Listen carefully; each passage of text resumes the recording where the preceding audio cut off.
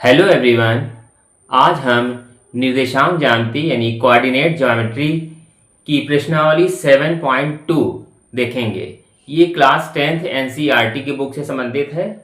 तो आइए देखते हैं क्या क्या है इस चैप्टर में, इस प्रश्नावली में। इस एक्सरसाइज में दो सूत्रों का प्रयोग किया जाएगा। सबसे पहला जो सूत्र लिखा हुआ है अंतर्विभाजन के निर्देशांक, या इसको विभाजन फार्मूला भी कहते हैं, सेक्शन फार्मूला सीधे से इसको बोलेंगे। और इसका फार्मूला होता क्या है, m1x2 प्लस m2x1। ये देखिए ध्यान से, यहाँ पे लिखा हुआ है m1x2 plus m2x1 upon m1 plus m2। फिर है m1y2 plus m2y1 upon m1 plus m2। ये हो गया इसका फॉर्मूला। अब m1 क्या है, m2 क्या है, x1 x2 क्या है, y1 y2 क्या है। ये जब आप जो क्वेश्चन इसको सॉल्व करेंगे तो आपको समझ में आ जाएगा कि कहाँ पे क्या चीज आती है यहाँ पे। इसी तरह से दूसरा फॉर्मूला बनाया गया है, वो क्या है, मध्य बिंदु के निर्देशांक। ठीक है, तो मध्य बिंदु निर्देशांक क्या होते हैं, x1 प्लस x2 अपॉन 2 और comma y1 plus y2 upon 2। अब चलिए इसके सवाल देखना शुरू करते हैं। इसमें जो सबसे पहला सवाल है, देखिए क्या लिखा है, उस बिंदु के निर्देशांक ज्ञात कीजिए जो बिंदुओं -1,7 और 4,-3 को मिलाने वाले रेखाखंड को 2:3 के अनुपात में विभाजित करता है। अब अगर ध्यान से देखें यहाँ पर, तो यहाँ पे अब आपको समझ में आएगा क्या क्या चीज इसमें दी है। देखिए ये हो गया x1, ये हो गया y1, ये हो गया x2 और ये हो गया y2। हमने छोटा लिख दिया। ये हो गया जो अनुपात में विभाजन हो रहा है m1 और m2। अब यहाँ पे सेक्शन फार्मूला लगा देंगे यहाँ पे सीधे। तो विभाजन फार्मूला क्या होता है हम लिखेंगे यहाँ पर। देखिए हमने यहाँ पे फार्मूला लिख दिया है m1x2 plus m2x1 upon m1 plus m2। ये x वाला है। और इधर क्या है, m1y2 plus m2y1 upon m1 plus m2। यहाँ पे ये m1 है। ठीक है, ये अंतर विभाजन निर्देशांक। अच्छा, इसमें अंतर विभाजन क्यों लिखा है, ये जो फॉर्मूला है अंतर विभाजन का, क्योंकि बीच में प्लस लगा हुआ है। बाह्य विभाजन का जो फॉर्मूला होता है उसमें बीच में माइनस होता है, लेकिन यहाँ पे आपके इस एक्सरसाइज में उसका नाम नहीं है, इसलिए आपको सिर्फ एक फार्मूला पढ़ना है, यही वाला। तो अंतर विभाजन फार्मूला का है या विभाजन फार्मूला का है या सेक्शन फार्मूला का है, तो यही फार्मूला आपको यहाँ पे यूज करना है। तो हम यहाँ पे वैल्यू रखेंगे। यहाँ पर m1 कितना है, देखिए ये m1 है 2 रख दिया यहाँ पे। x2 कितना है, x2 देखिए इसी में ढूंढेंगे, ये x2 4 है, प्लस m2 कितना है 3 गुणे x1 कितना है -1 अपॉन m1 प्लस m2 यानी कि 2 प्लस 3, ये m1 m2। इसी तरह m1 हो गया 2 गुणे y2 हो गया -3 और प्लस m2 कितना है 3 गुणे y1 कितना है 7 अपॉन 2 प्लस 3। ठीक, इसको हम ऐसे ब्रैकेट में लिखते हैं क्योंकि ये हमारे निर्देशांक आएंगे, इसलिए इसको ब्रैकेट में लिखा जाता है। तो यहाँ हो गया 2 चौके 8 और ये हो जाएंगे 3 कम 3 अपॉन ये हो जाएंगे 5। यहाँ हो जाएंगे 3 दूनी 6 और ये हो जाएंगे 7 21 बटे 5, ये हो गया।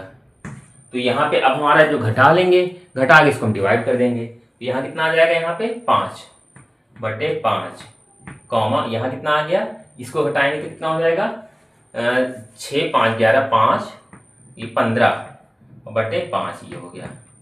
ठीक, ये कुल मिला के इस तरीके से बन के आया है। तो इसका जो मेरा फाइनल आंसर आ जाएगा वो आ जाएगा, देखिए ध्यान से इसके आगे लिखते हैं, इसको इससे डिवाइड करेंगे तो हो जाएगा 1 और इसको जब इससे डिवाइड करेंगे आ जाएगा 3। तो 1,3 जो आया हुआ है, यही मेरा जो है इसका अंतर विभाजन का निर्देशांक होगा, यही आंसर होगा इसका। अगला सवाल देखते हैं।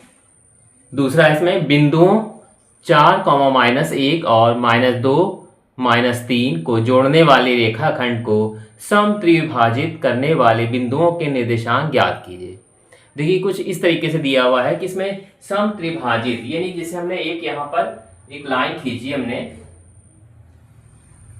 जैसे एक हमने लाइन खींची, यहाँ पे एक बिंदु दे दिया है A, ठीक है, और यहाँ बिंदु दे दिया, 3 भागों बांटता है B, और यहाँ दे दिया है C, ये बिंदु और ये बिंदु C, और ये बिंदु दे दिया है D।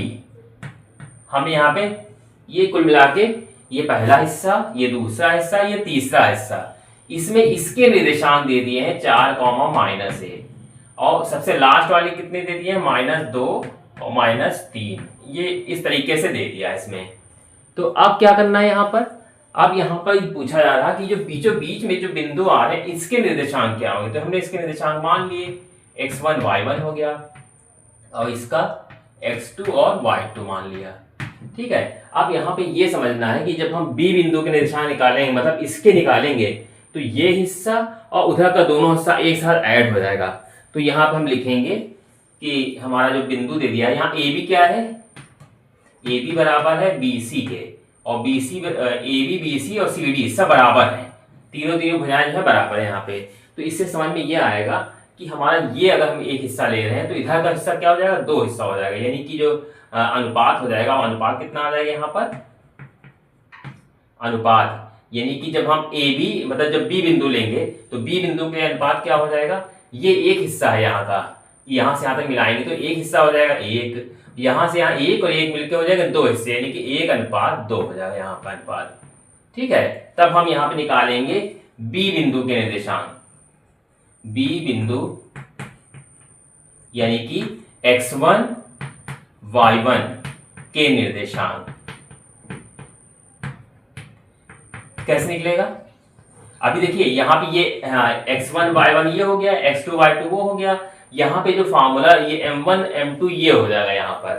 तो अब हम अंतर विभाजन का जो है फार्मूला लगा देंगे और हमारा जो एक वैल्यू आ जाएगी। जब दूसरा लेंगे या बिंदु लेंगे x2 y2 वाले, तो यहाँ के अनुपात क्या दो हो जाएगा, उधर वाला एक हो जाएगा, दो अनुपात हो जाएगा, अनुपात चेंज हो जाएगा तो दूसरा मान भी आ जाएगा। तो हम यहाँ पे फार्मूला लगाने जा रहे हैं, फार्मूला देखेंगे अब इसको।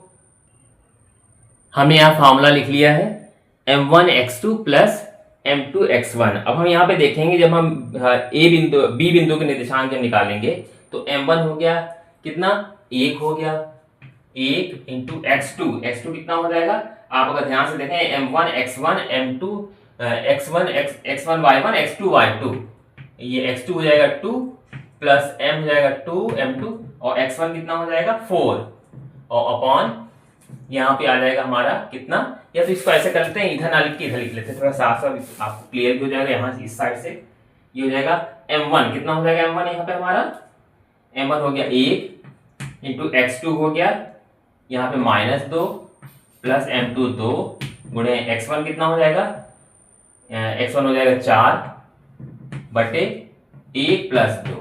इसी तरह हो जाएगा m1 यानी y2 हो जाएगा -3 प्लस m2 कितना हो गया 2 गुणे y1 हो गया -1 अपॉन 1 प्लस 2। ये हमने यहाँ पे वैल्यू रख दी, अभी जो हमने लिखा हुआ है उसके आधार पे जो है यहाँ वैल्यू रख दी।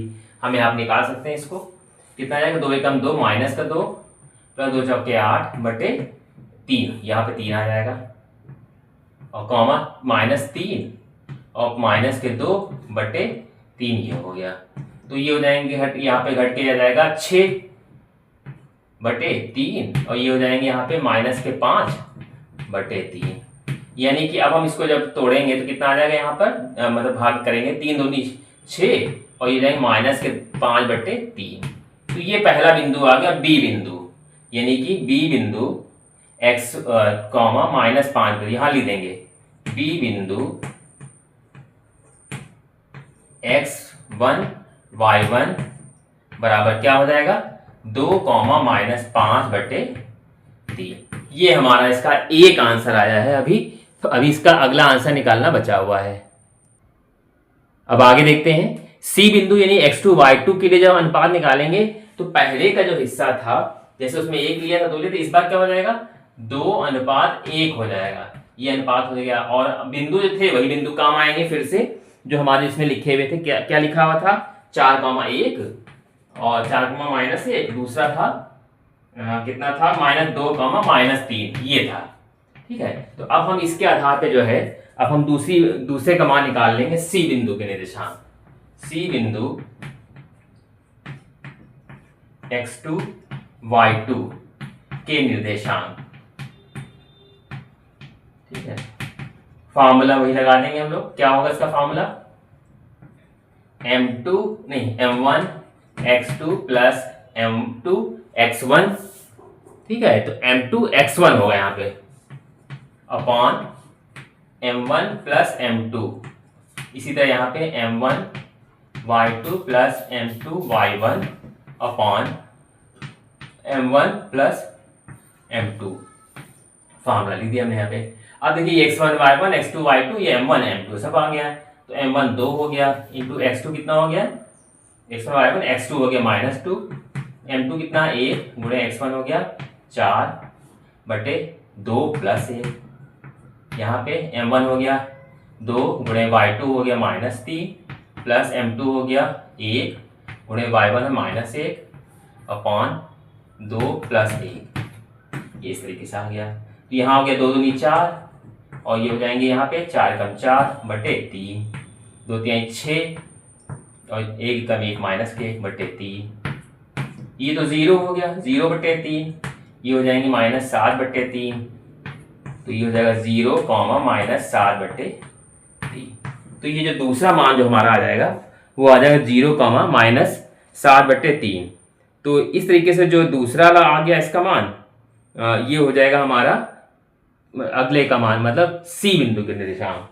तो ए तो पहले से पता था, बी का हमने निकाल चुके, अभी निकाला उससे पहले।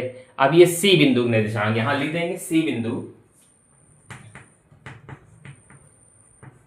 x2 y2 के निर्देशांक बराबर 0, -7/3। यही इसका राइट आंसर आएगा। एक वो था आंसर बी का और एक सी का। इसमें 2 बिंदु पूछे जा रहे थे, दोनों बिंदु आंसर आ गए इसके।